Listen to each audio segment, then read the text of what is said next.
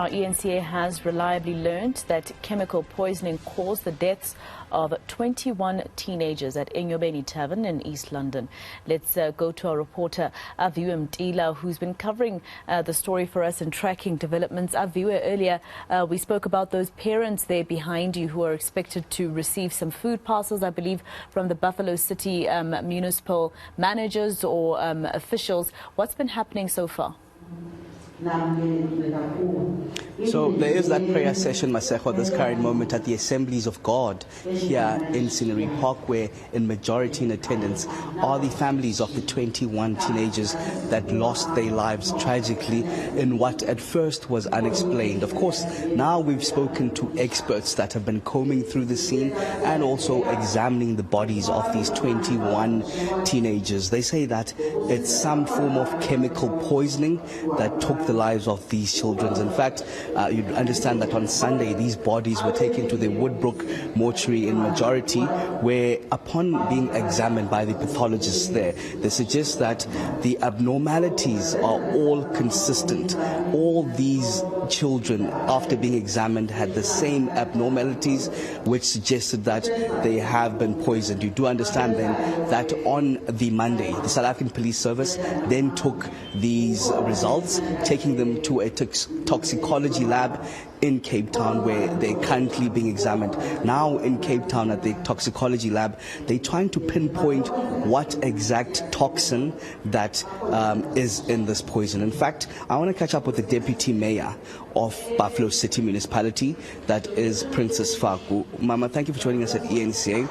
But I just want to start with how the families are being left in the dark in terms of what exactly killed their children. We've been speaking to the majority, and in fact none of them know exactly what led to the deaths of their children. Why are they being left in the dark? Good morning to yourself and good morning to your listeners. The families are not left in the dark. Remember, there are still investigations that are happening. Last night we had a meeting that was organized by the Office of the Premier in the province, the Buffalo City Metro Municipality, where the South African Police Services explained to us, because we did tell them that we had a meeting, a prayer on Monday with the parents and the parents who would want to know the cause of death. And SABS will visit the individual families starting tomorrow to go and explain to parents that there's still investigations that are done. Investigations are not concluded yet. Once the investigations are concluded, then they will be able to explain what the cause of death is. Thank you.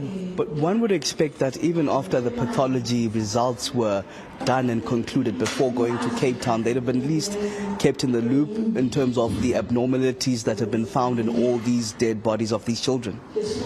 If you remember that the minister also has a task team that has come down to look into the investigation.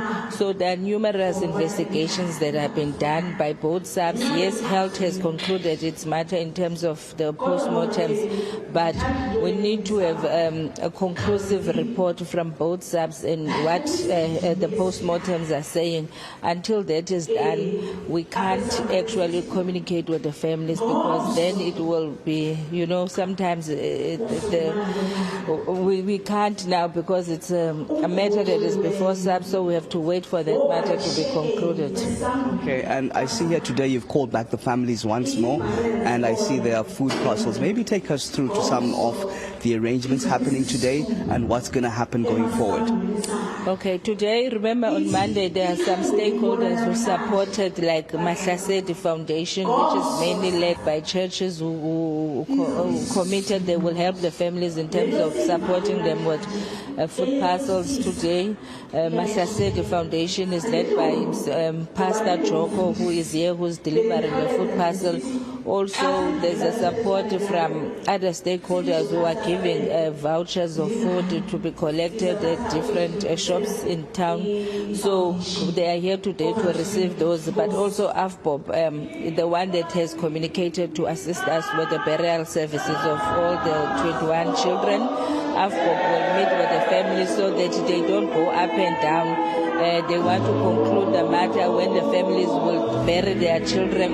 Currently, the provincial government have built up programs to educate young people of Snarpak about substance abuse. But on Wednesday next week, we'll have a mass funeral. Okay, mass funeral next week, Wednesday. My parting question, the Liquor Board has opened criminal charges for the tavern having underage children buying and consuming alcohol at their place. Any plans from the municipality, given that we now know that these children were poisoned, any further criminal charges to get accountability of the poisoning that happened? Remember the Premier, when he was there on Sunday, he requested that SAPS to do an investigation. If there's anything wrong, the owner of the place should be held accountable. So that is why you could see Lukabot stood up yesterday, because we are very serious and we want to send a message to all taverns or places that sells alcohol unauthorized. They must make sure that the law enforcement agency will follow them. We don't want to see such a scene again in Buffalo City. Even ourselves as Buffalo City, if you can see that law enforcement is going around, the visibility of police has been around. So we have a plan going forward on how to make sure that we try and avoid such circumstances that we are faced with today. Okay, thank you very much. Princess Faku is the Deputy Mayor of the Buffalo City Municipality, saying that they want to send a strong message. They don't want such sins to even happen ever again, where 21 children, teenagers, are killed at this tavern. We do know now it is, of course, the chemical poisoning that now toxicologists in Cape Town are currently looking to what exact toxin was in this poison. Aviwe Mtila with that report. Let's leave it there for now. Of course, you heard from Aviwe that it's going to take about 2 weeks for those toxicology reports to conclude from Cape Town.